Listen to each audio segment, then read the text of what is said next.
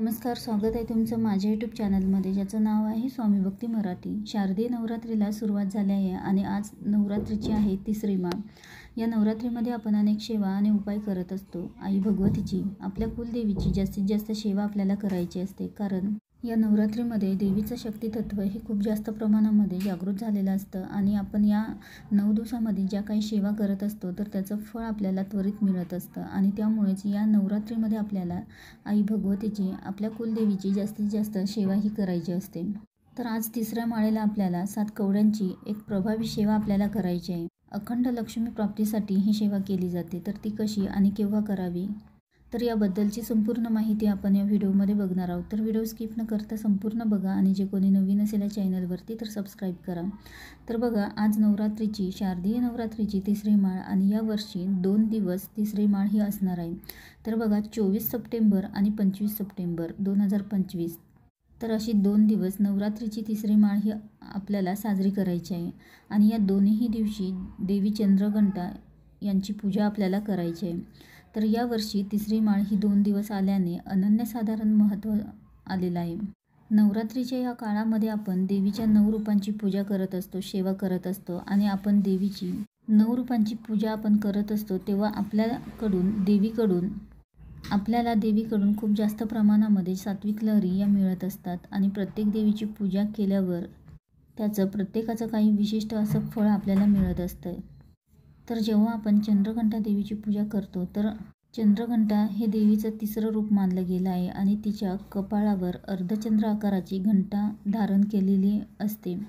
आणि देवीचं हे रूप शांत आणि समृद्धीचं प्रतिनिधित्व करते आणि वाईट शक्तीपासून लढण्यासाठी आपल्याला मदत करते. आणि हे खूप मोठं शक्तीचं प्रतीक आहे. जेव्हा आपण चंद्रघंटा देवीची पूजा करत असतो तर ही देवी एक योद्धा ही आहे, जी सौंदर्य आणि शक्तीचं दोन्हीचं प्रदान करत असते. ती वाईट शक्तीची लढत असते आणि तिच्या भक्तांना सुख शांती मिळण्यासाठी नेहमी आपल्यासाठी मदत करत असते. आणि त्यामुळेच आपल्याला 24 तारखेला आणि 25 तारखेला असं 2 दिवस चंद्रघंटा देवीची पूजा ही करायची आहे.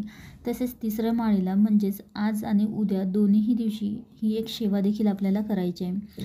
तर बघा, 7 कवड्यांची आपल्याला सेवा करायची आहे. तर तुम्ही ही सेवा आज देखील करू शकता किंवा उद्या केली तरीही चालेल. तर यासाठी आपल्याला 7 कवड्या लागणार आहेत. तुमच्याकडे असतील तर त्या तुम्ही वापरू शकता आणि नसतील तर तुम्ही 7 कवड्या या घेऊन या. आई भगवती कुलदेवीला अत्यंत प्रिय अशा या कवड्या आहे. आणि ज्यांच्याकडे या 7 कवड्या जुन्या आहेत तर त्यांनी त्या पाण्याने स्वच्छ करून घ्यायच्या आहे, हळदीने पिवळ्या करायच्या आहे आणि आपल्या उजव्या हातामध्ये घेऊन आपल्याला ही एक सेवा करायची आहे. तर आज तुम्हाला जर जमेल तर आज तुम्ही ही सेवा करा किंवा उद्या केली तरीही चालेल.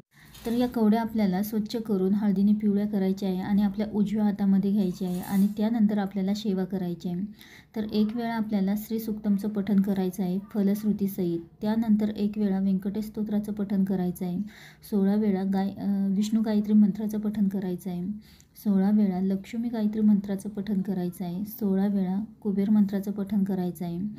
त्यानंतर एक माळ नवार्ण मंत्राचं पठण करायचं आहे आणि एक माळ श्री स्वामी समर्थ या मंत्राचं पठण करायचं आहे. तर या सेवा आपल्याला करायच्या आहेत.